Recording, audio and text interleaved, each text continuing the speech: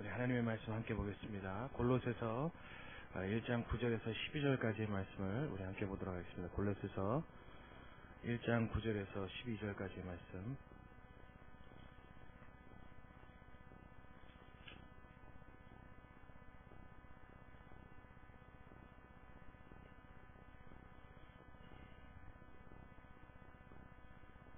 골로새서 1장 9절에서 12절까지.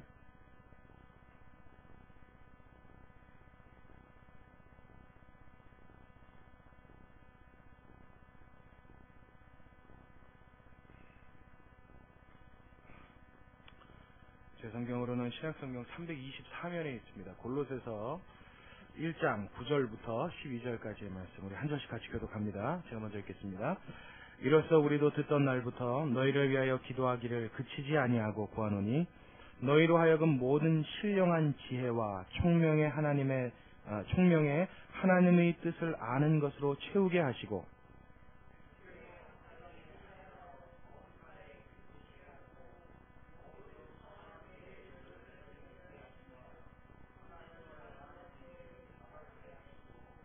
그 영광의 힘을 쫓아 모든 능력으로 능하게 하시며 기쁨으로 모든 견딤과 오래 참음에 이르게 하시고, 우리로 하여금 빛 가운데서 성도의 기업의 부분을 얻기에 합당하게 하신 하나님께 감사하게 하시기를 원하노라.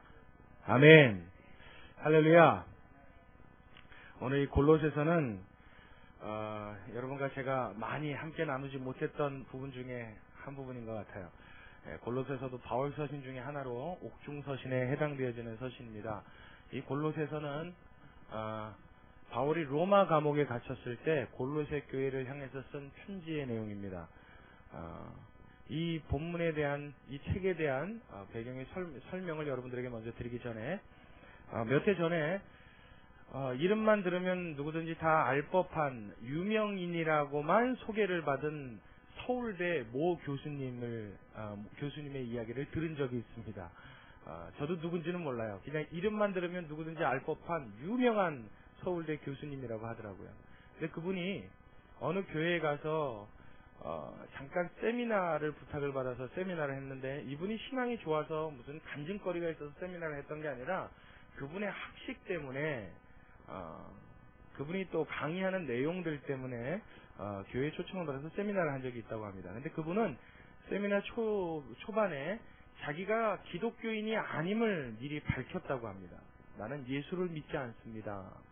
이렇게 먼저 밝히고 그 세미나를 진행을 했다고요. 그런데 이유가 무엇이었냐면, 세미나 내용은 학적인 내용이고 지식적인 내용이니까 그렇다 하겠는데, 자기가 예수를 믿지 않는 그 이유에 대한 이야기가 참으로 좀 신선한 충격을 줬습니다. 우리가 익히 들었던 여러 가지 내용 중에 하나인데, 이분의 말을 다시 한번 머릿속에 되새기고 그 뜻을 다시 한번 가슴에 새겨볼 만한 이야기가 되는 것 같아서 제가 오늘 그 이야기를 준비를 했어요.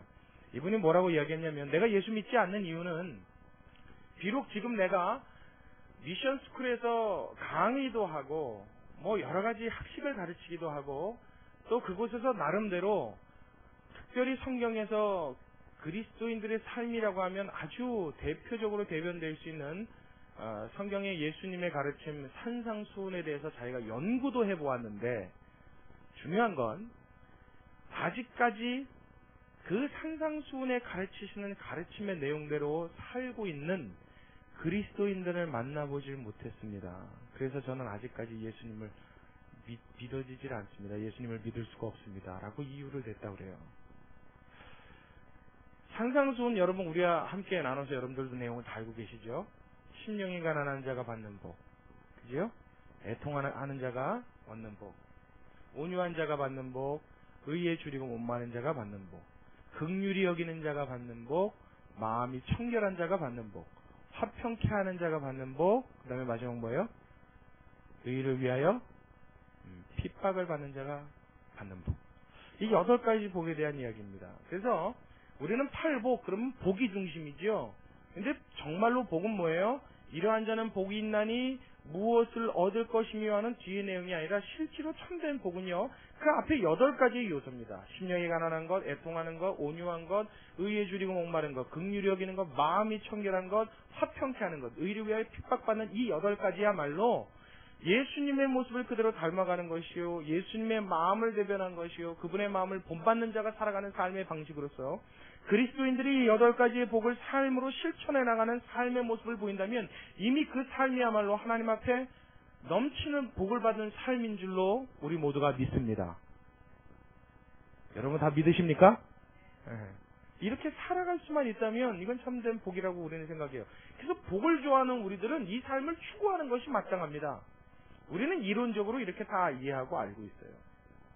그래서 예수님이 가르친 이 산상수훈의 가장 초반에 나와 있는 이 팔복에 대한, 산상수훈을 여는 이 팔복에 대한 이야기로 우리의 마음을 가득 채우고 우리는 이 말씀을 따라 살려고 애쓰기도 하고 노력하기도 하고 또 외우려고 하기도 하고 여러 가지 다방면으로 애를 씁니다마는 중요한 건 그 불신자로 대변되는 그 서울대 모 교수님의 말에 의하면 아직까지 그분 눈에는 그 산상수훈에 가르치시는 예수님의 그 말씀을 쫓아 살아가는 사람은 아직까지 본 일이 없어서 그 마음이 하나님을 향해 열리지 않는다라는 이런 좀 핑계겠지만 참 그리스도인으로서는 다시 한번 마음에 곱씹어보고 다시 한번 되새겨봄직한 그런 변명의 이야기를 이 시간 머릿속에 다시 한번 떠올립니다. 근데 더더욱이나 마음속에 충격적인 내용은 무엇이었냐면 그 이야기를 마치신 이후에 누구든지 강연회가 끝나고 이 세미나가 끝나고 만일 여러분들 중에 이 산상수훈의 내용대로 살아가는 교회를 만난 분이 있다면 저를 소개시켜 주십시오. 그렇다면 저는 그날부터 예수님을 믿겠습니다 라고 이야기를 했다고 해요. 참 여러 가지 생각이 들게 하더군요. 그 얘기를 듣고 나서 예수 믿는 사람이 이렇게까지 힘이 없는가, 예수 믿는 사람이 내가 믿는 이 믿음을 이렇게까지 보이지 못했는가 하는 전 자신으로서의 어떤 자책감도 들었고 또 현대 기독교인들에 대한 또 현대 교회를 향한 하나님의 질책의 음성도 제 마음에 들리는 듯하였습니다. 제가 오늘 골로새서를 강의하기 전에, 설교하기 전에 여러분들에게 이 말씀을 나누는 이유는 우리는 다 예수님을 믿고 하나님의 자녀가 되어서 신분이 하나님의 사람으로 변화된 이후에 하나님이 명령하시고 뜻하시는 하늘의 거룩한 목적을 두고 사는 자들임을 우리 모두 마음 깊이 자각하고 인식해야 될 줄로 믿습니다. 이것을 우리는 다시 한번 마음에 새겨야 합니다. 내가 살아가고 있는 나의 삶의 이천 주소가 무엇이냐? 여지껏 과거에 하나님을 알지 못하는 것처럼 살아왔던 나의 과거를 벗어버리고 이제는 하나님이 나에게 주신 삶의 나만의 거룩한 목적, 하나님이 나를 이 땅에 세워놓으시고 마치 이 마석 한 모퉁이에 분의 교회를 세우신 것에 하나님이 뜻이 있다라고 믿는 여러분의 믿음처럼 나의 삶 역시도 2010년을 사는 21세기 어느 한 정점에 나를 세워두시고 나를 통하여 이곳에서 당신의 뜻을 이루시려고 하는 하나님의 이 거룩한 목적이 있지 않겠는가? 이 목적을 나는 이루기 위해서 살아간다고 하는 나의 삶의 진정한 목표를 다시 세울 수 있다면 오늘 이 본문의 말씀이야말로 저와 여러분에게 있어서 무엇보다도 힘이 되어지고 그 삶에 박차를 가할 수 있는 에너지가 될 수 있는 줄로 믿습니다. 이 목적이 우리의 삶 속에 분명히 있어야 돼요. 여러분 다 이 목적이 있으십니까? 다시 한번 대답해 보세요. 목적이 있으십니까? 다시 한번요. 목적이 있으세요? 여러분의 대답이 희미하면요, 이 부분에 여러분 스스로가 대답을 하지 못하면요, 설교를 백날 들어봐야 소용이 없습니다. 제가 오늘 본문의 얘기가 말고 외의 이야기를 하나만 더 해드릴게요. 바울이 말이죠, 사도행전 마지막에 보면 로마로 압송되어 가는 장면이 나옵니다. 유라굴로 강풍 만나서 여러분 다 기억하시죠? 이야기 들은 거. 예루살렘에 갔다가 거기서 포승줄에 묶여서 로마로 압송되어 가서 로마의 감옥에 갇히기까지 그가 여러 가지 과정을 거치면서 드디어 로마에 당도합니다. 로마에 당도했을 때 로마에 있는 로마 교인들이 바울을 맞이할 때 바울이 크게 기뻐했다라는 내용이 나옵니다. 그게 사도행전 끝에 나오는데요. 그 내용이 왜 기록되어 있냐면 그가 이전에 이미 우리가 잘 알고 있는 로마서를 로마 교회에다가 보내고 난 이후에 로마에 당도한 거예요. 그러니까 이전에 이미 로마 교회와 바울은 어떤 관계냐면 로마 교회에 무슨 문제가 있다는 소식을 듣고 로마는 그 문제를 고쳐주기 위해서 여러 말로 편지를 썼습니다. 그게 우리가 갖고 있는 로마서입니다. 그래서 로마 교회에 로마서를 보내놓고 그러고 난 다음에 몇 해가 지나고 나서 겨우 포승줄에 묶여서 죄인의 신분으로 로마에 당도했는데 그때 당시 몇 해 전 로마서를 받았던 로마 교회 편지를 받았던 교인들이 바울을 영접하러 나온 거예요. 그때 바울을 보고 어떻게 해요? 동부바까지 쫓아나와서 바울을 영접했다고 합니다. 얼마나 그들이 바울을 진심으로 환영하고 환대하고 기뻐하면서 맞아들였는지 그 모습을 보고 내가 기뻐하고 또 기뻐했다고 바울은 고백을 해요. 그럼 왜 기뻐했을까요? 무엇 때문일까요? 잘 감이 안 오시죠? 로마 교회에 로마서를 썼던 이유가 있습니다. 바울이. 그 이유가 뭐였냐면 로마 교회 안에 잘못된 거짓 선지자들, 거짓 교사들이 들어왔어요. 그래서 로마 교회를 향해서 자꾸 미혹의 말을 한 거예요.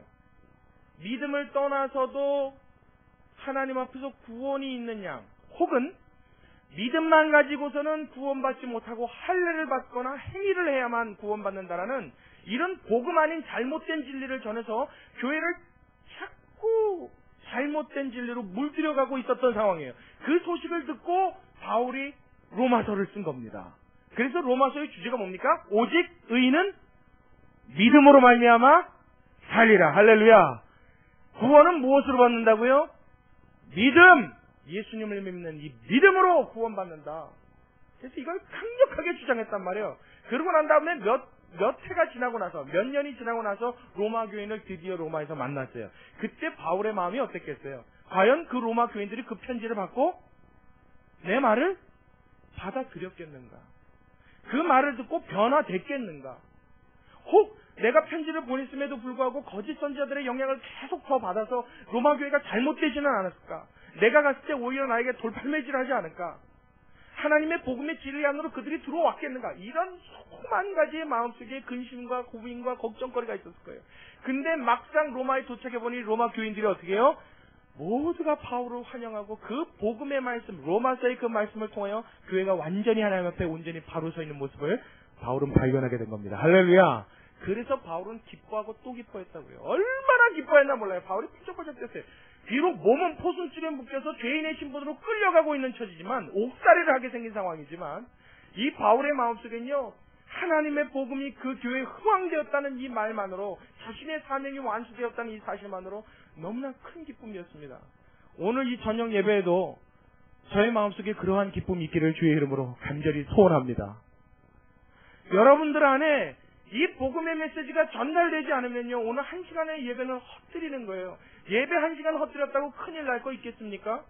있지요. 왜요? 예배의 실패는 곧 사단의 승리를 의미하기 때문입니다. 예배가 한 번 실패되면 다음번에 예배에 성공하면 되지. 아니요. 예배 한 번 실패하고 하나님의 말씀이 한 번 내 마음속에서 승리하지 못하면요, 사단은 내 마음 안에 왕노릇하게 되어서 우리의 인생은 사단의 발치에 끌려가는 처참한 시간을 보내게 되는 줄로 믿으시기 바랍니다. 그래서 제가 오늘 본문에 들어가기 전에 서론이 긴 거예요. 우리의 마음이 뭐예요? 거룩한 이 목표를 가지고 거룩한 목적으로 하나님 앞에 나의 삶을 드리고 싶어하는, 그래서 이 땅에 그리스도인이 있음을, 이 나라의 진정한 하나님의 자녀가 아직도 살아있음을, 이 교회를 통하여 아직도 대한민국에 하나님을 온전히 섬기고 하나님이 기뻐하시는 교회가 건재해 있음을 보이고 싶어하는 이 간절한 열망이 저와 여러분의 마음속에 넘치게 되어질 때 하나님께서는 온전히 우리 가운데 역사하시는 줄로 믿으시기 바랍니다. 이 말씀의 뜻이 우리 가운데 그때서야 이루어지는 거예요. 이 목표부터 우리가 분명히 해야 돼요. 이게 없으면 백날의 설교를 들어도 그건 여러분 소 귀에 정일기입니다.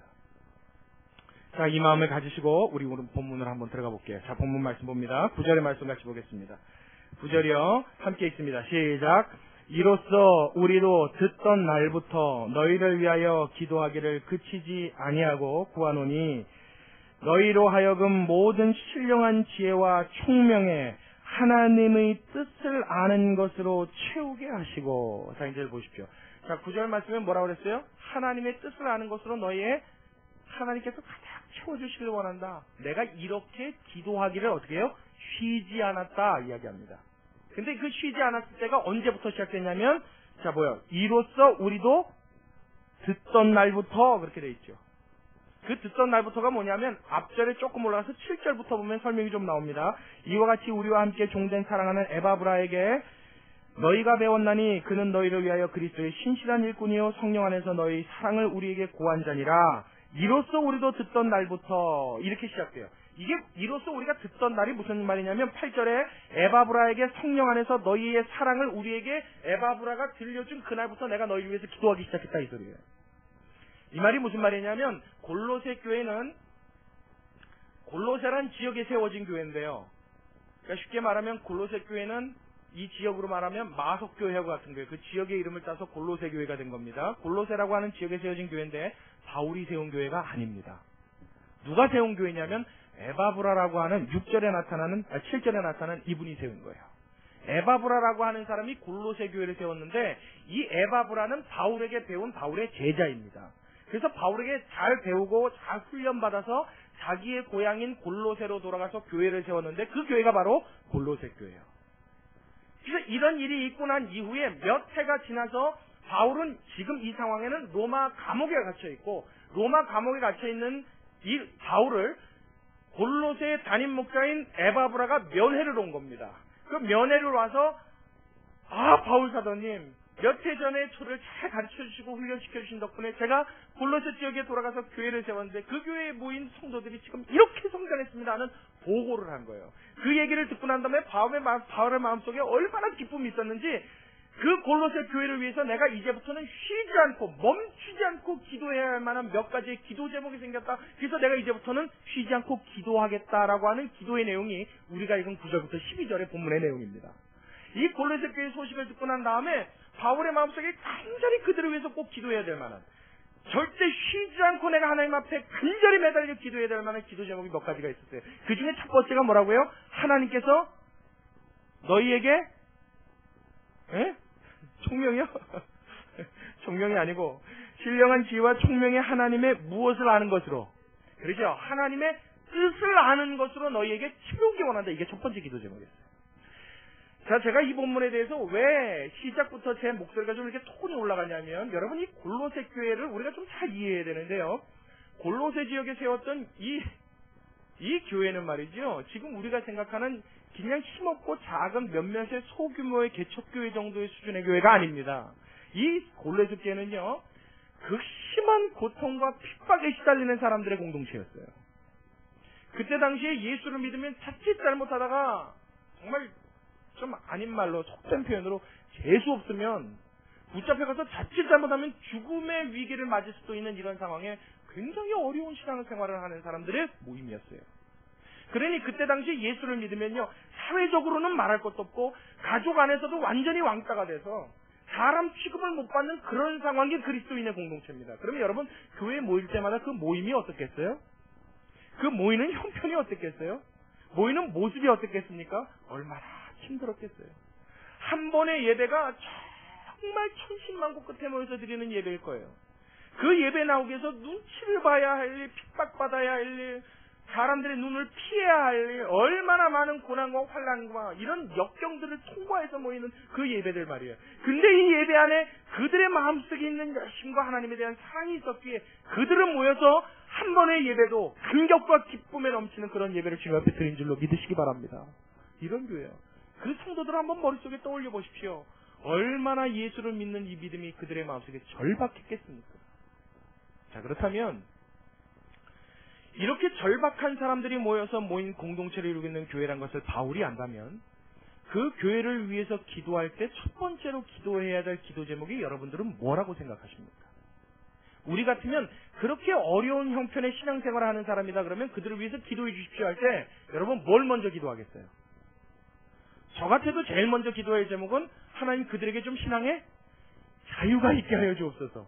내지는 하나님 그들의 형편을 조금만 좀 풀어서 좀 낫게 좀 도와주십시오. 혹은 경제적으로라도 하나님 좀 그 형편이 좀 나아질 수 있게 도와주십시오. 여러분 이게 첫 번째 기도 제목 되지 않을까요? 그렇죠? 네. 이게 첫 번째 기도 제목이어야 맞을 것 같은데 바울은 그런 모든 실생활적인 기도 제목은 뒤로 돌렸어요. 맨 마지막에 보면 저 뒤에 나옵니다. 맨 뒤로 돌리고 제일 먼저 뭐부터 강구했냐면요. 다시 한번 보세요. 9절이요. 자, 첫 번째 기도 제목입니다. 다시 시작. 이로써 우리도 듣던 날부터 너희를 위하여 기도하기를 그치지 아니하고 구하는데, 이 구하는 제목이 뭐냐면 너희로 하여금 모든 신령한 지혜와 총명의 하나님의 뜻을 아는 것으로 채우게 하시고, 채우시기를 원한다 이 얘기죠. 하나님께서 어떻게 해요? 모든 지혜와 총명에 뛰어난 하나님의 이 뜻을 너희들에게 가득 채워서 그 하나님의 뜻을 아는 자 되게 해주시기를 원하노라. 할렐루야. 이거 왜 이렇게 기도했는지 아십니까? 비록 사람이요, 사는 삶이 형편이 어렵고 힘들고 역경이나 고난이 찾아와도 하나님의 뜻을 알아서 그 영적인 그의 신앙이 하나님의 뜻을 바로 보고 다른 방향으로 걸어갈 수 있는 이 하나님의 뜻을 아는 총명과 지혜로 충만케 되어질 수 있으면, 여러분 삶 속에 다가오는 환난이나 역경은 발밑에 채는 먼지처럼 치고 나갈 수 있는 힘이 생기는 줄로 믿으시기 바랍니다. 아멘. 바울이 제일 원했던 것은 무엇이냐면 그들의 삶 속에 역경이나 환난이 사라지는 것이 아니었어요. 도리어 그것보다 무엇이요? 그들의 마음이 더욱 하나님의 뜻을 아는데 충만한 데 이르기를 그는 간절히 바랬습니다. 오늘날 한국 교회가 하나님 앞에서 가장 문제되어지고 가장 해결되어야 할 첫 번째 1순위의 문제가 있다라고 한다면 그것은 바로 기복주의입니다. 예수 믿고 복 받는다는 것. 어떤 의미에서 이 말은 참 은혜되는 이야기고 참 맞는 이야기지만 어떤 의미에서 이 이야기는 참 이단적인 이야기입니다. 이 의미를 잘 새겨서 생각해야 돼요. 예수 믿고 복 받는다. 그렇죠. 예수 믿는 것 자체가 복인데요. 예수 믿으면 믿는 것 그 자체로부터 시작된 그의 삶은 온통 복인 줄로 믿으시기 바랍니다. 그런 의미에서 맞는 얘기예요. 근데 우리가 아는 그 복은 뭐예요? 기복이죠. 세상의 복입니다. 예수 믿고 형통한 거예요. 예수 믿고 만사형통해서 하는 일마다 잘 되고 내 떡밥집 그릇이 복을 받고 우양이 복을 받고 들어가도 복을 받고 나가도 복을 받고 하는 일마다 승승장구하고 모든 일이 잘 풀어지는 이런 복들이요. 예수 믿으면 마치 이렇게 돼야만 다른 신앙을 하는 것처럼 착각하는 이 잘못된 사상, 이건 누가 심어준 건지 모르겠어요. 분명한 것은 사단이 심어놓은 겁니다. 사단이 가라지를 뿌려놓은 거예요. 잘못된 거짓 교사들의 입을 통해서 성도들의 마음속에 이 가라지를 뿌렸더니요. 여러분 밭에 나가서 곡식을 심어보신 분들은 다 아실 거예요. 곡식 심어놓으면 그 옆에 뭐가 같이 펴요? 피가 올라오죠. 가라지가 핍니다. 근데 여러분 성장 속도가 곡식이 빨라요? 가라지가 빨라요? 이 가라지 무지하게 빠릅니다 이거. 그리고 이놈은 뽑아도 끝이 있어요 없어요? 없어요. 얼마나 무서워하게 나오나 몰라요. 한 번은 제초제를 쫙 줬어요. 그래갖고 싹 죽었습니다. 근데 일주일 지나니까요. 그 가라지들이 일제히 다시 올라와요. 이 생명력도 엄청 강합니다. 꼭 이 가라지 비유가 우리 신앙생활에 뿌려놓는 사단의 공작과 똑같아요. 이게 잘못된 가라지가 한번 마음에 뿌려지면요. 이걸 뽑아내도 자꾸 올라와요. 자꾸 생겨나요. 하나님이 우리에게 심어놓으신 알곡은요. 오직 하나님 그분 당신 그 자체인 줄로 믿으시기 바랍니다. 하나님 그분이 복이요. 하나님 그분이 전부요. 우리 신앙생활의 중심으로 모셔야 될 것은 하나님 외에는 그 어떤 것도 없어요. 하나님 외에는 없어요. 하나님 외에는 바라보지도 말아야 돼요. 하나님 외에는 사랑하는 것이 없어야 돼요. 근데 가라지를 슬쩍 덧뿌리고 갔더니 이 가라지가 얼마나 세지는지 이제는요 하나님이 주인공이 아니라 하나님의 무엇이 주인공이 되어서 여러 아주 비근한 예가 실예가 12월 25일 날 제가 자주 하는 이야기죠. 주인공이 누굽니까? 여러분들은 쉽게 대답할 수 있죠. 그 빨간 모자 쓰신 분 누구예요? 뚱뚱하신 분. 산타크로스. 그 사람은 왜 도대체 뭐예요? 그거 어디서 튀어나온 사람이에요? 야, 여러분 이 가라지는 말이요. 힘이 굉장히 강해요. 슬쩍만 뿌려도요. 이게 온 세상으로 다 퍼져갖고 꼭 12월 25일은 산타크로스 탄생일인 것처럼. 그죠? 크리스마스에는 누가 오신대? 아니요. 예수님이 오시죠. 근데 어디서 갑자기 산타가 와요? 여러분 꼭 이것과 같아요. 우리의 마음속에 하나님만 바라보도록 성경의 말씀은 우리는 항상 촉구됨에도 불구하고 이미 뿌려진 이 가라지는 자꾸 우리의 마음속에 세력을 얻어서 우리의 눈과 우리의 마음과 우리의 생각을 세상으로, 세상의 복으로 하나님 아닌 것으로 끌고 나가는데 얼마나 열심을 내는지 모릅니다. 여러분 이럴 때일수록 우리가 하나님의 말씀에 깨고 경성하여서 우리의 눈과 우리의 생각과 우리의 마음을 우리의 모든 관심사를 하나님 앞으로 돌리는데 전력을 다해야 될 줄로 믿으시기 바랍니다. 그래서 바울은 뭘 구했다고요? 골로새 교인들에게 오늘 현재 이 말씀을 듣는 우리들에게 하나님의 뜻을 아는 것으로 가득하게 하시기를 원한다고 그는 기도하고 있는 것입니다. 할렐루야. 이 기도가 우리에게 응답되어지기를 간절히 소원합니다. 이 뜻을 알아야죠. 하나님을 좀 알아야죠. 그 하나님을 너무 절절히 사랑해야죠. 그래야 그리스도인이죠. 자, 두 번째로 10절로 갑니다. 10절의 말씀 함께 읽습니다. 시작. 주께 합당히 행하여 범사에 기쁘시게 하고 모든 선한 일에 열매를 맺게 하시며 하나님을 아는 것에 자라게 하시고. 자, 보세요. 다시 한번요. 주께 합당히 행하여 범사에 기쁘시게 하고. 자, 여기까지만요. 주께 합당히 행하여 범사에 하나님을 기쁘시게 하는 일. 이게 여러분 구절과 연관해서 보면요, 우리가 하나님의 뜻을 알아야 이 일이 가능한 겁니다. 그렇죠? 여러분, 자녀가 부모를 기쁘시게 하려면 부모의 뭘 알아야 돼요? 그렇죠? 부모의 성품, 부모의 뜻, 부모의 마음 알아야죠. 부모가 뭘 원하는지를 모르는데 그 부모를 기쁘시게 할 자녀가 있습니까? 없어요. 우리가 하나님의 뜻을 알고 그 뜻을 아는 것에 충만해지면 우리의 삶은 어디로 나가요? 하나님을 기쁘시게 하는 삶으로 나가는데 충분한 줄로 믿으시기 바랍니다. 이게 첫 번째 단계가 안 되니까 이 두 번째가 안 되는 거예요. 그래서 우리는 날마다 기도하죠. 공중에 메아리 치는 기도로 항상 합니다. 무슨 기도요? 주여 주의 뜻대로 살게 하여 주옵소서. 하나님을 기쁘시게 하는 성도 되게 하여 주옵소서. 근데 당최 우리의 마음속에 우리의 본심은 하나님의 뜻이 무엇인지 알고 싶은 욕망조차 없단 말이에요. 그 욕망이 여러분 뭘로 대변되는지 아십니까? 하나님의 말씀에 열심을 내는 것으로 대변이 됩니다. 왜요? 이 말씀 안에 하나님의 뜻이 있으니까요. 말씀을 들여다보지 않는 사람이 어찌 하나님의 뜻을 알리요? 하나님의 뜻을 알지 못하는 사람이 어찌 그를 기쁘시게 하는 삶을 사는 것이 가능하겠습니까, 여러분? 내가 하나님을 기쁘시게 하는 자 되길 원해서 그 하나님의 합당한 자 되길 원한다면 먼저는 그 뜻을 알고 싶어하는 그 마음이 있어야 하고요. 그 하나님의 뜻을 알고자 할 때는 하나님의 음성에 귀 기울이는 이 삶이 자연스러운 우리의 삶의 패턴이 되어야 되는 줄로 믿으시기 바랍니다. 이게 될 때 내가 하나님 앞에 합당한 사람이냐 아니냐의 이야기가 되는 거예요. 여러분, 이 말을 뒤집어 얘기하면 뭐냐면요, 내가 하나님의 합당한 사람이 되지 못하고 그 뜻대로 살지 못한다라고 얘기한다는 것은, 이걸 뒤집어서 얘기하면 꼭 이런 말이 됩니다. 내가 지금 하나님과 상관없는 인생을 살고 있다. 똑같은 말이에요. 같은 의미입니다. 나는 교회 오래 다녔는데요. 그렇죠. 교회 오래 다녔죠. 저 예수 오래 믿었는데. 그렇죠. 예수 믿은 경력만 오래됐죠. 그러나 그 오랜 시간 동안 내 마음이 하나님과 합해본 적이 없는 걸요. 내가 그 하나님의 뜻이 뭔지 궁금해서 여쭤본 일이 없는 걸요. 내가 그 하나님의 말씀 속에 들어가서 그 하나님의 음성을 들어본 적이 없는 걸요. 여러분, 하나님의 말씀은 목사에게만 열려있는 음성입니까? 하나님의 말씀은 목사에게만 들려주십니까? 천만에요. 오늘 사는 여러분 모두에게 하나님의 성령은 골고루 비와 같이 임하는 줄로 믿으시기 바랍니다. 그렇다면 하나님의 성령은 오늘 이 시간 여러분 귀 속에도 이 음성을 들려주기 원하신단 말이에요. 근데 문제는 뭐예요? 내가 귀를 막는 거예요. 내가 안 듣는 거예요. 내가 듣고 싶지 않은 거예요. 한 번도 듣고 싶어 한 적이 없는 거예요. 하나님의 음성, 하나님의 뜻을 알고 그 뜻대로 살아가며 하나님의 마음을 기쁘시게 하는 자, 이 시대에 하나님이 가장 요구하시고 필요하시는, 하나님 곁에 두고 싶어 하시는 자인 줄로 믿으시기 바랍니다. 그런 교회가 돼야 돼요. 우리 교회가 그 교회가 될 때 여러분 우리 교회는 부흥할 겁니다. 아멘. 부흥 원하십니까? 저도 간절히 원합니다. 그래서 여러분, 제 마음속에 각오한 게 있어요. 참 제가 분일교회를 개척하고 하나님이 시간이 지나면서 그때 맞는 걸 하나씩 깨닫게 하시는 걸 제가 느껴요. 근데 지금 요 근래에 와서 하나님이 제 마음속에 목숨을 걸으라는 의미에 자꾸 감동을 주세요. 근데 어떤 의미의 목숨을 걸으라고 말씀하시냐면, 어디 가서 순교하라는 이야기가 아니라 하나님의 말씀에 몸부림치되 목숨 걸고 몸부림치라는 그런 감동을 자꾸 주세요. 그 왜 이런 감동이 자꾸 오는가 생각을 해봤더니요, 이제 우리 교회에 그러한 때가 된 것 같아요.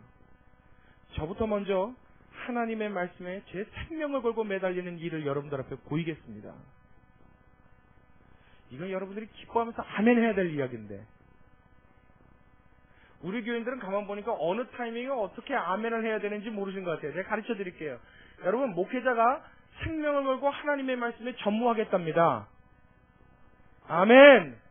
이 일은요, 사도행전에 사도들이 7집사를 뽑아놓고 우리가 하나님의 말씀을 제쳐주고 공궤를 일삼는 것이 합당치 아니하니 우리는 모든 이 교회 재반 업무를 저들에게 맡기고 우리는 하나님의 말씀과 기도하는 것에 전무하겠노라 하는 것과 같은 의미입니다. 여러분, 목회자가 하나님 말씀에 목숨 걸면요, 여러분은 수지 맞은 겁니다. 여러분의 앞날에는 하나님의 복이 쏟아져 올 것을 기대하시기 바랍니다. 하나님이 그 감동을 주신단 말이에요. 왜요? 이제는 그때가 된 것 같아요. 그래서 제가 하나님의 말씀을 좀 더 깊이 봐야 되겠어요. 하나님을 좀 더 깊이 만나야겠어요. 아니, 여러분보다 제가 먼저 하나님의 뜻을 아는 것으로 충만해져야 되겠어요. 그래서 이게 전염되게, 이 불꽃이 여러분들에게 확 붙어나서 여러분의 삶을 사는 지역까지, 여러분의 가정에까지, 여러분의 모든 삶의 터전에 이 불꽃이 번져서 전하지 않고는 견딜 수 없는 이 복음이 날마다 흥황한 일이 있게 되시길 주의 이름으로 축원합니다. 이 소원을 하나님이 제 마음속에 주신단 말이에요. 그러니까 여러분, 내년을 기대하십시오. 올해 교회가 건축되어지고 제가 중국을 갔다 오고 나서부터는 하나님이 어떤 식으로 저를 훈련시킬지 솔직히 모르겠어요. 제가 이번에 중국 선교가 여러분들은 아마 잘 못 느끼실 거예요. 저에게 얼마나 큰 도전이 됐나 몰라요. 얼마나 또 다른 새로운 것을 보게 하시는 하나님의 손길이 됐나 몰라요. 이번 이 계기를 통해서 앞으로 하나님의 뜻을 아는 일에 전력을 다하려고 합니다. 하나님의 말씀을 연구하는 일에 전력을 다할 거예요. 그래서 내년에는 우리 교회 성경 공부반도 만들 거예요. 그래서 최소한 교회 신앙 경력 3년 이상이신 분들은 의무적으로 참여하셔야 돼요. 그래서 이제부터는 우리가 비록 인원이 얼마 안 되지만 소수 정예로 우리 작은 인원부터 하나님의 말씀에 사로잡혀서 변화되어지는 삶을 보여서 이 세상에 하나님 살아계심을 보일 수 있는 하나님의 살아있는 병기들로, 하나님의 살아있는 군사들로 우리 모두가 쓰임받게 되기를 간절히 소원합니다. 아멘. 할렐루야. 좋으십니까? 자, 우리 10절 하반절 다시 볼게요. 10절 하반절. 주께 합당히 행하여 범사에 기쁘시게 하고, 그 다음에요. 시작. 모든 선한 일에 열매를 맺게 하시며 하나님을 아는 것에 자라게 하시고. 자, 이제 보세요. 이 다음에 나오는 이야기가, 이 다음에 나오는 기도 제목이 이거죠. 모든 선한 일에 열매를 맺게 해주옵소서. 그리고 자라게 하옵소서. 하나님을 아는 것. 우리는 교회에 들어오면요, 제일 먼저 뭘 생각하냐면 이 선한 일에 대한 부분을 제일 먼저 생각합니다. 그래서 내가 예수 믿으면 뭘 하지 말아야 되는가? 예수 믿으면 뭘 해야 되는가? 이게 그래서 제일 처음에 예수 믿었을 때 이게 제일 큰 문제점이 돼요. 이게 얼마나 부담스러운지요. 예수 믿고 처음 오는 사람한테 전도한 사람이 예배 시간에 제일 하지 말아야 될 일을 하는 게 뭐냐면 옆구리 콕 찔러면서 뭐냐면 헌금 내. 여러분들도 그리고신 적 있어요? 교회 뭐 헌금 내는 거야. 누가 그래요? 교회 뭐 헌금 내는 거라고. 그 예배 끝나고 탁 나가면서 뭐라 그래요? 담배는 저 맛에 가서 피든가. 오늘은 피지 마. 그러면 이 처음에 교회 나온 사람이 교회 또 나오고 싶어져요? 안 나오고 싶어져요? 제일 싫어하는 두 가지 시킨단 말이에요. 돈 내는 것과 금연. 그렇죠? 여러분 부부간에도 금연을 시키면 부인하고 남편 관계가 안 좋아져요. 그렇죠? 근데 교회가 뭔데? 아, 교회 나오자마자 담배 피지 말래죠. 술 먹지 말래죠. 여자를 그만해죠. 뭐 세상의 노름과 쓸데없는 것은 관심 버리죠. 나중에 심지어 더 가면 뭐라 그래요? 돈도 관심을 버리랍니다. 그러면서 교회는 꼬박꼬박 헌금 내래. 이 사람들이 마음속에 부담만 잔뜩 와요. 무슨 일을 자꾸 시킨단 말이에요. 근데 여러분, 예수 믿는 사람의 첫 번째 단계가 일이 아닙니다. 뭐부터요? 하나님의 뜻을 아는 것부터요. 그 하나님이 누구신지 그 하나님의 마음 아는 것부터요. 이게 되어지고 나면요, 시키지 않아도 합니다. 시키지 않아도 되어지는 일이에요. 이 선한 일은 하나님의 성품을 알고 성품을 닮아가면 우리의 삶 속에서 자연스럽게 행해지는 일인 줄로 믿으시기 바랍니다. 이때 뭐요? 박차를 가해주는 거예요. 더 하라고요. 이때 주마가 편이 들어가는 거예요. 달리는 말에 채찍을 그때가 하는 거예요. 이건 뛰지도 못하는 말한테 표식부터 때리니 푹 쓰러지고 말이죠. 그거 어떻게 되겠어요? 그러니까 처음에 교회 나와서 뭐예요? 그냥 즐겁게 앉아있다 가는 거예요. 1시간 여가선양 잘하고 가는 거예요. 그러다가 어느 날 말씀이 때리는 날이 있어요. 하나님의 말씀이 그의 심정과 폐부를 관통하는 날이 있어요. 그의 영과 육구를 찔러 쪼개는 날이 있습니다. 할렐루야. 그때에 하나님의 뜻을 깨닫고 난 자에게 하나님의 선한 일은 이루어지는 줄로 믿으시기 바랍니다. 그러고 나면 그 사람이 자라기 시작하는 거예요. 그러니까 하나님을 아는 일에 자라기 시작하는 거예요. 이 순서를 따라서 지금 바울은 골로새 교회를 위해서 기도를 하고 있는 거예요. 우리 교회가 이렇게 성장되어져 가길 주의 이름으로 축원합니다. 할렐루야. 하나님도 저를 이 순서 따라 만들어 가시는 것 같아요. 여러분 함께 갑시다. 저와 함께 갑시다. 제가 하나님 앞에서 자라나겠습니다, 여러분. 저는요 죽을 때까지 성장할 거예요. 저는 나이가 50이 되고 60이 돼도요 목에 힘 못 줄 것 같아요.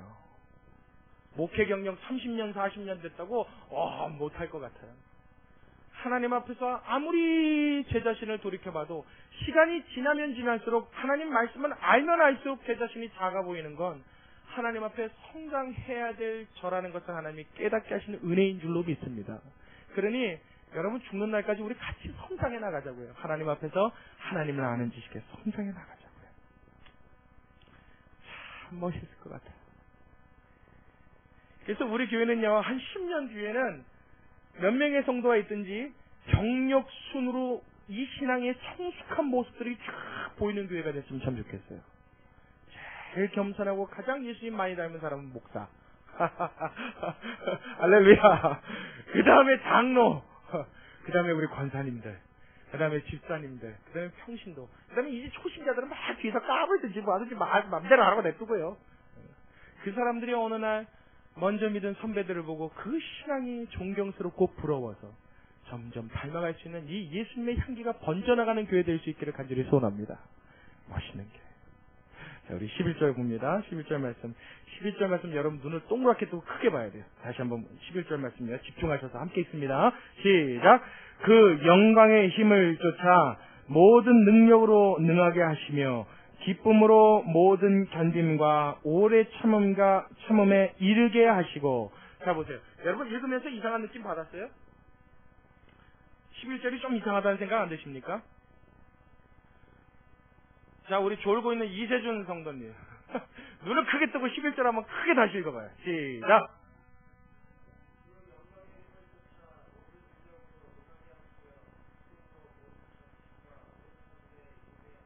아멘. 네, 제가 졸고 있는 이세준 성도님 그랬는데 야단 치려고 그렇게 얘기한 게 아니라 하루 종일 힘들고 피곤한 일을 해요. 근데 피곤한 몸이 이끌고 눈이 빨개져서 와서 예배를 드린 거 보면 제 마음속에 기도하는 마음이 들어요. 하나님 더 큰 은혜를 좀 주십시오.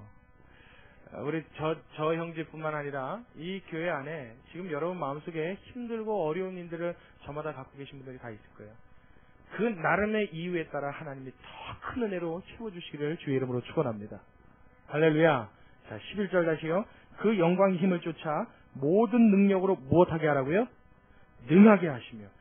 그러니까 하나님이 그 교회에 뭐 달라는 얘기예요? 한마디로 능력 달라는 얘기죠. 모든 것을 능하게 하시는 하나님의 이 능을 달라는 거예요.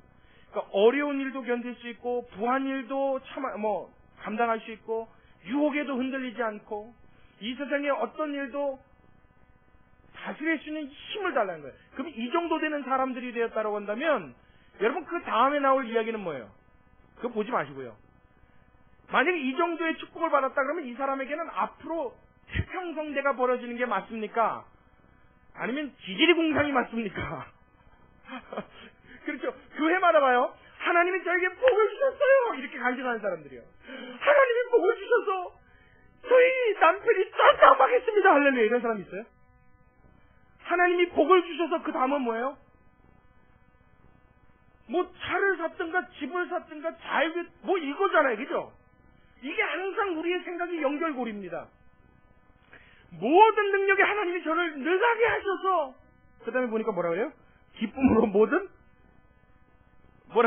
기쁨으로 모든 견딤과 그 다음에요 오래 참음기에 이르게 해달래요. 견디고 오래 참는다는 건 여러분 좋은 일을 견디고 오래 참는 거예요? 나쁜 일을 견디고 오래 참는 거예요? 나쁜 일이죠. 하나님이 모든 능함을 주셔서 나쁜 일이 와도 참게 하시고 이거 다 앞뒤가 안 맞잖아요. 그렇죠? 이야기가 정말 앞뒤가 안 맞습니다. 근데 바울은 한 가지를 알고 있었던 거예요. 뭐냐면 하나님이 능함을 주시고 능력을 주시고 신령한 은사를 주시고 하나님이 기적적인 일을 일으키신다 하여도 내 삶에 물리적으로 일어나는 축복이 반드시 따라오지 않을 수 있다는 것은 그는 아는 거예요. 그 물리적인 축복은 언제 오느냐? 하나님이 원하시는 때 원하시는 분량의 사람에게만 온다는 걸 그는 알고 있었어요. 왜냐하면 바울이 그걸 겪고 있었기 때문에요. 바울은 손수건만 던져도 병이 어떻게 됐다고요? 나았다고요. 귀신이 어떻게 했다고요? 도망갔다고요. 바울이 이 정도의 능력입니다. 바울은 말 한마디로 귀신이 쫓아냈고요. 심지어는 바울의 이름을 빙자하여서 귀신을 쫓는 자들에겐 내가 예수도 알고 바울도 알거니와 너는 누구야? 그러고 달려들어서 귀신 들린 자가 옷을 다 찢어봤다고요. 그렇죠? 그 정도의 능력이 있는 사람이 있어요. 그러면 바울만큼 능력 많이 받은 사람이 없죠. 그렇다면 이렇게 능력을 많이 받은 바울의 삶은 어땠냐고요? 사단의 가시 하나를 빼내지 못해서 그 병으로 전전긍긍했던 삶이라고요. 이해하시겠습니까? 그렇게 능력을 많이 받았음에도 불구하고 40에 한 대 감한매를 5차례나 맞았다고요. 심지어는 그가 복음을 전도하다가 그를 잡으러 온다는 소식을 듣고 광주리에 매달려서 절벽 아래로 도망친 일이 있다고요. 얼마나 부끄럽고 쑥스럽고 창피한 인생입니까? 그가 집이 있었어요? 뭐가 있었어요?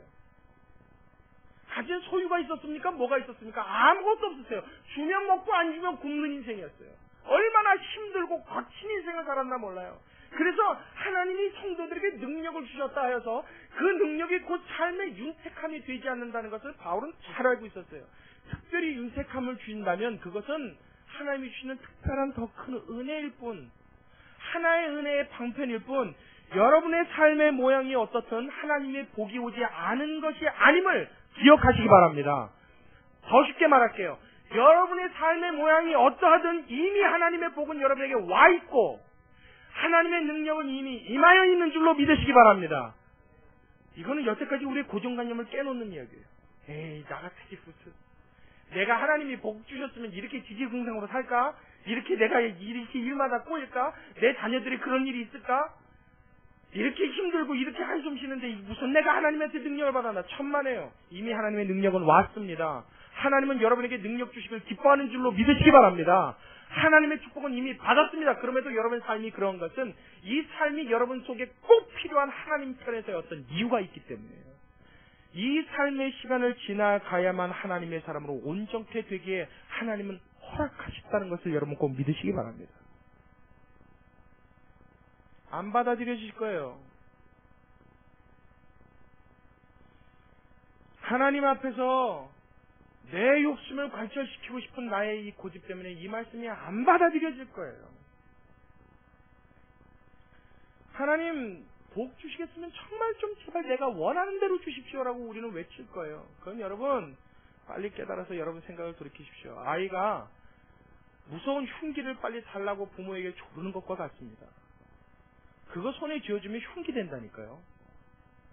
남도 해야 하고 결국은 나도 해야 하는 무서운 무기가 된다고. 그러니까 하나님이 그 허락 안 하시는 거예요. 그러니까 여러분 지금 주신 그 형편이 여러분이 살고 있는 지금 삶의 이 걸음이 하나님이 가장 적합하게 내주신 복인 줄로 믿으시기 바랍니다.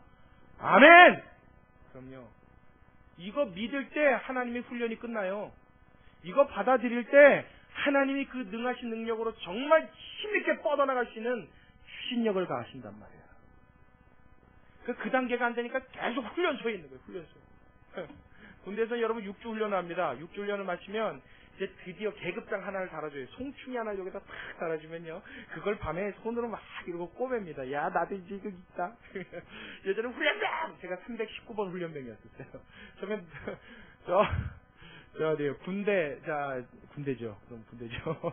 저 대구에 있는 54단으로 제가 훈련소로 갔는데, 거기 딱 갔더니, 처음에 들어갔더니, 제 이름이 이근호가 아니고 319번 훈련병이에요. 번호로 부르더라고요. 기분 되게 나쁘대요. 무슨 죄수도 아니고 말이에요. 214번! 214번! 이러고 그러고. 319번! 예! 목이 터져라고요, 쟤들. 6주 훈련을 받는데요. 한 3주쯤 지나가니까 무서운 분위기가 조금씩 사라져요. 6주를 딱 맞추고 하는데 조교가 악수를 딱 해주면서 축하합니다. 기강병. 그러는 거예요. 이제 훈련병의 시간이 지나고 드디어는 총을 쏠 수 있고 전쟁에 나갈 수 있는 훈련된 군이 되어서 나가는 거예요. 자대로 딱 가는데 이마에 박혀있는 이 송충이 하나가 얼마나 기분이 좋은지 몰라요. 이거 하나 달리고 6주 동안 그 고생을 했나. 온 무릎에 팔에 엉덩이에 알배기고 피나고 까지고 상처나고 그 시간을 거치고 나니까 내가 뭐가 되더라고요. 군인이 돼서 꿈속에 군복을 입고 나오더라고요. 이해하시겠습니까? 여러분 세상의 군대도 6주로 훈련시켜갖고 군인으로 만들어서 총을 져서 내보내요. 세상의 군대도요. 하물며 하나님의 군사들이야. 하나님의 사람들이야. 당신의 군사를 만들어서 세상에 공중 권세 잡은 자와 전쟁을 시키려는데 하나님의 훈련이 만만하게 올 거라고 생각하십니까? 대충 하고 끝낼 거라고 생각하십니까? 아니면 훈련 덜 된 자를 하나님은 저지에 내보낼 거라고 여러분 생각하십니까? 천만에요. 우리가 하나님 앞에서 완벽하게 구비될 때까지 하나님의 군사로 정확한 조준과 정확한 총알을 날릴 수 있는 그 능력을 대항할 때까지 하나님은 연단 속에 여러분을 이미 복 주신 줄로 믿으시기 바랍니다. 아멘. 그 더 중요한 사실은 뭔지 아십니까? 하나님이 우리를 그렇게 연단하실 때 하나님이 우리를 믿고 계신다는 사실이에요. 이건 무슨 말인지 아세요, 여러분? 여러분, 우리가 어린 아이한테요, 같이 시장을 갔다가 마트를 갔다가 돌아오는 길에 무거운 봉지 2개를 들고 올 때 아이가 많이 어릴 때는 부모가 들고 옵니다. 그렇죠? 근데 이 아이가 초등학교쯤 가면 봉지 하나는 어떻게 봐요? 너 이거 들어볼래? 그러고 주죠? 그거 왜 줍니까? 한 8년 키워보니까 이놈이 갈 때마다 빈손 오는 게 이게 배리 뒤틀려서 못 참겠네. 그래서 줘요? 그런 부모 있어요? 그거 왜 줘요? 그렇죠. 이 애가 이제 컸으니까 지 몫을 감당하는 아이로 할 수 있나 보자 그러고 주는데 적어도 뭘 알아요? 요 정도는 들 수 있는 아이라고 부모의 자식을 향한 믿음이 있는 거예요. 할렐루야. 하나님이 여러분 굉장히 힘들어요 그러죠? 근데 안 죽는다고요? 걱정하지 마시라고요. 안 죽는다고요? 얼마만큼까지 버틸 수 있는지 하나님 그 선을 정확하게 하신다고요. 부모도 자기 자식을 아는데야. 하나님인데 하물며 하나님께서 여러분의 한계치를 모르실까요? 아셔요. 그러니까 내버려 두시는 거예요. 괜찮아, 너 아직 안 죽어. 내버려 두는 거예요. 독수리가 지 새끼를 절벽에서 퓨 떨어뜨리죠. 예. 근데 그 미물도 말이에요. 그놈이 얼마나 정확한 타이밍에 절벽에 부딪혀서 죽을 줄 알고요. 그 마지막 절벽 고꾸라지기 일보 직전에 갖고 등으로 탁 받아낸단 말이에요.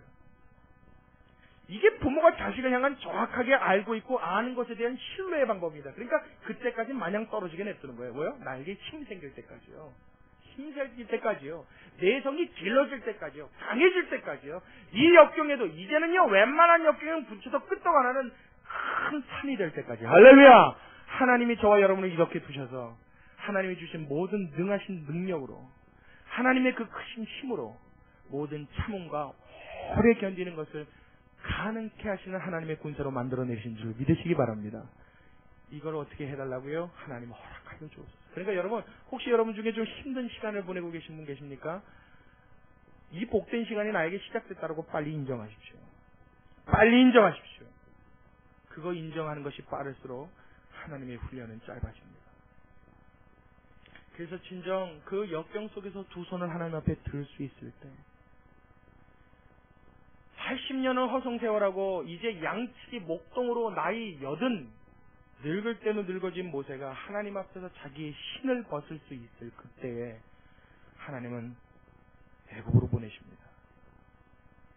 40년간의 광야에서 불평불만을 빼어놓고 종의 근성을 완전히 빼어놓을 수 있을 때 그제서야 하나님은 가나안으로 밀어넣으십니다. 여러분, 우리의 삶 속에서 하나님이 이것을 위하여 우리를 강하게 연단시키시는 거예요. 우리의 중심에 하나님을 빨리 모실 수 있기를 주의 이름으로 축원합니다. 여러분의 가슴 중심에 하나님을 모실 수 있기를 바라요. 교회 와서 엉덩이 붙이고 있다고 정말 신앙생활하고 있다고 착각하지 마시고요. 이 교회 안에 1시간 동안 내가 경건한 모습으로 은혜를 받은 모습으로 예배드렸다고 진짜 신앙 좋은 사람이라고 착각하지 마시고요.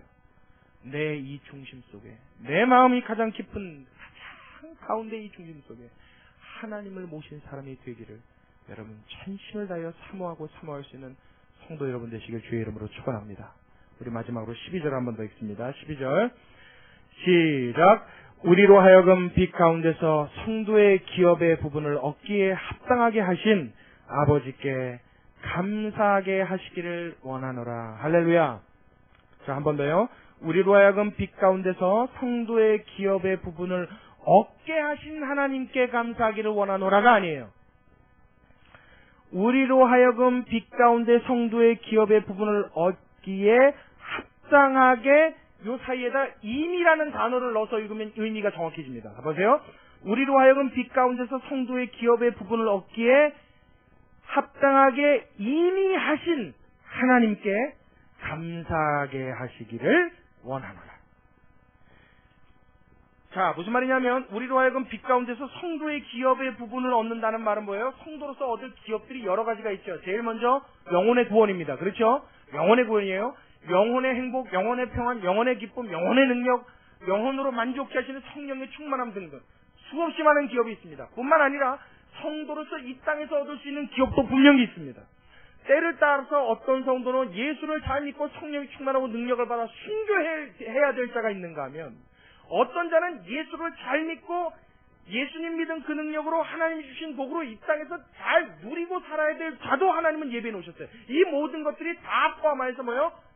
성도로서 얻을 기업에 들어가는 겁니다. 여러분들에게 하나님이 무슨 복을 예배해 놓으시는지는 몰라요. 분명한 것은 우리가 죽어서 그 나라에가 하나님 앞에 가면 여러분의 삶의 모양새에 따라 여러분의 삶의 그 믿음의 공력에 따라 하나님이 예배해 놓으신 모든 복을 그때는 다 부어주실 줄로 믿으시기 바랍니다. 그때는 그 기업을 몽땅 얻을 거예요. 뿐만 아니라 이 땅에서도 하나님의 훈련과 연단의 기간을 거치고 나면 하나님이 예배해 놓으신 복이 반드시 여러분의 삶 속에 넘치게 될 줄로 믿으시기 바랍니다. 돈이 아닐지라도 권력이 아닐지라도 높은 지위와 명예가 아닐지라도 여러분 삶 속에 누구도 따라오지 못하는 삶의 만족으로 하나님은 여러분의 가슴을 채우실 줄로 믿으시기 바랍니다. 이것까지 다 포함한 말이 뭐예요? 성도가 얻을 기업이요. 이걸 이미 하나님이 어떻게 했다고요? 얻게 하시던 기정사실이요. 이 사실을 믿고 감사하는 자가 되게 해주시기를 원하노라 기도하겠다는 거예요. 할렐루야. 그러니까 여러분들이 이것을 하나님이 얻게 해주시기를 내가 기도한다 이 말이 아니에요. 내가 기도 안 해도 하나님이 이미 이건 어떻게 해요? 이미 얻게 하셨어요. 아멘. 아멘. 기정사실이니까요. 장대비가 촥 내릴 때 하늘을 보면 태양 보여요? 안 보여요? 안 보여요. 그때는 우리 그렇게 말할 수 있죠. 하늘에 태양은 없다. 고집 부려도 증명할 길이 없잖아요. 올라가 보지 않으나. 그렇죠? 그 고집 부려도 에이 바보 그럴 뿐이지 그 증명할 길은 없잖아요. 눈으로 안 보이는데요. 근데 분명한 사실은 뭐예요? 그 구름 위에는 뭐가 떠 있어요? 해가 있는 것처럼. 그건 변하지 않는 진리인 것처럼. 아멘. 여러분의 삶에 불어오는 어떤 폭풍과 어떤 시련과 어떤 시기를 거치든지 간에 이미 하나님의 복은 여러분 등 뒤에 와 준비되어 있는 줄로 믿으시기 바랍니다. 와 있다고요. 와 있어요. 와 있습니다. 와 있어요. 이것을 믿고 감사하게 하는 자가 되게 해주시기를 원하노라. 그렇게 감사하는 고백을 할 수 있는 자가 되게 하시기를 원하노라. 그걸 빨리 깨닫는 자 되게 하시기를 원하노라. 무슨 의미인지 아시겠습니까? 할렐루야. 여러분들 이 사실을 깨닫고 여러분 삶의 순간순간에 감사가 터져나올 수 있는 성도 여러분 되시길 주의 이름으로 축원합니다. 감사는 교회에서만 하는 거 아니에요. 여러분 저 헌금통에 넣는 헌금은 말이에요. 예배드리러 왔다가 아차 싶어서 주머니에서 꺼내서 넣는 돈이 아닙니다. 이거 헌금 아니에요. 이건 헌금 아니에요. 정말 헌금은 뭐예요? 나의 평상시의 삶 속에 월화수목금토일을 살아가는 그 요일 속에 그 삶 속에 나에게 주신 그 하나님의 복을 믿기에 내가 그것을 믿을 수밖에 없기에 내 마음이 어떻게 해요? 감사해지는 거예요. 기뻐지는 거예요. 그게 너무 고마워지는 거예요. 하나님 나 같은 게 뭐길래 이런 걸 예배해 주셨는지 이게 너무 좋은 거예요. 너무 감사해서 견디지 못하는 거예요. 그 마음을 잘 간직해뒀다가 내가 표현할 수 있는 물질로 교회에 와서 드릴 때 이게 헌금이 되는 겁니다. 할렐루야. 할렐루야. 그러니 하나님 앞에서는 돈이 먼저 아니죠. 봉사가 먼저 아니죠. 선한 일이 먼저 아닙니다. 우리의 마음을 주님 앞으로 열고 그의 뜻을 알고 하나님과 더불어 교제 나눌 수 있는 성도가 되어질 때 하나님 앞에 온전한 그리스도인들 되시는 줄로 믿으시기 바랍니다. 이게 우선이에요. 저와 여러분 모두가 그렇게 함께 가길 원하시는 분만 아멘 하시기 바랍니다. 아멘. 아멘.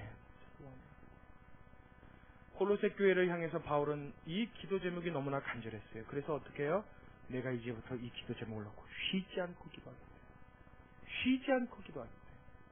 하나님은 그의 기도를 듣고 골로새 교회에 이 기도를 응답하신 줄로 저는 분명히 믿습니다. 오늘날 이 분이엘 교회도 하나님이 이 기도를 응답하셔서 우리 모두가 하나님 앞에 온전히 서는 믿음의 거복들로 우리 모두가 자라날 수 있게 되기를 간절히 소원합니다. 우리 같이 기도하겠습니다.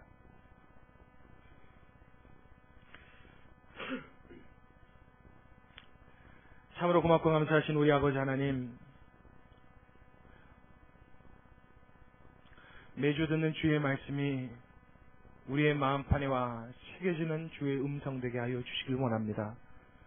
아버지, 우리 사는 날 동안 하나님의 이름을 높이고 주의 영광을 돌리며 우리 하나님이 기뻐하시는 그러한 삶을 살아야 할 텐데 주여, 내 마음속에 그러고 싶은 소원조차 없었음을 주님 솔직히 고백합니다.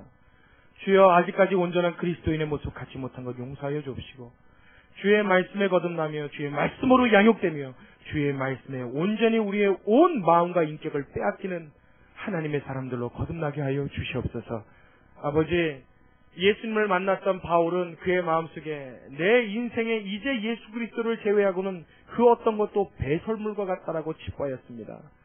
그만큼 하나님을 아는 이 지식, 예수님을 아는 이 고상한 지식이 그의 마음속에 가장 우선이 되었기에 그의 생명을 걸고 주님 앞에 매달린 줄로 믿사오니, 주여, 우리도 그와 같이, 우리 모두도 그와 같이 주의 말씀에 우리의 목숨 걸고 매달리는 자 되게 하여 주옵시고, 자식의 부모의 뜻을 알아 부모의 마음을 기쁘시게 할 수 있는 것처럼 우리도 하나님의 마음과 주의 뜻을 알아 하나님을 기쁘시게 하는데 자라나며 하나님을 아는 지식에 자라나며 선한 일의 열매를 맺히며 모든 환난을 겪고 그 환난을 이기고 오래 참음과 견딤으로 승리해 나가는데 능하신 하나님의 능력을 받게 하여 주시옵시고, 하나님, 결국 천국에 가서는 우리 하나님 앞에 그 얻을 기업으로 인하여 내가 성도되어 이미 하나님이 주신 그 모든 복이 나에게 와 있음을 확신함으로 기쁨과 감사의 삶으로 내 삶이 점철되어질 수 있는 그런 놀라운 축복의 성도의 삶이 되어질 수 있도록 이 교회와 사랑하는 성도 모두를 주여 축복하여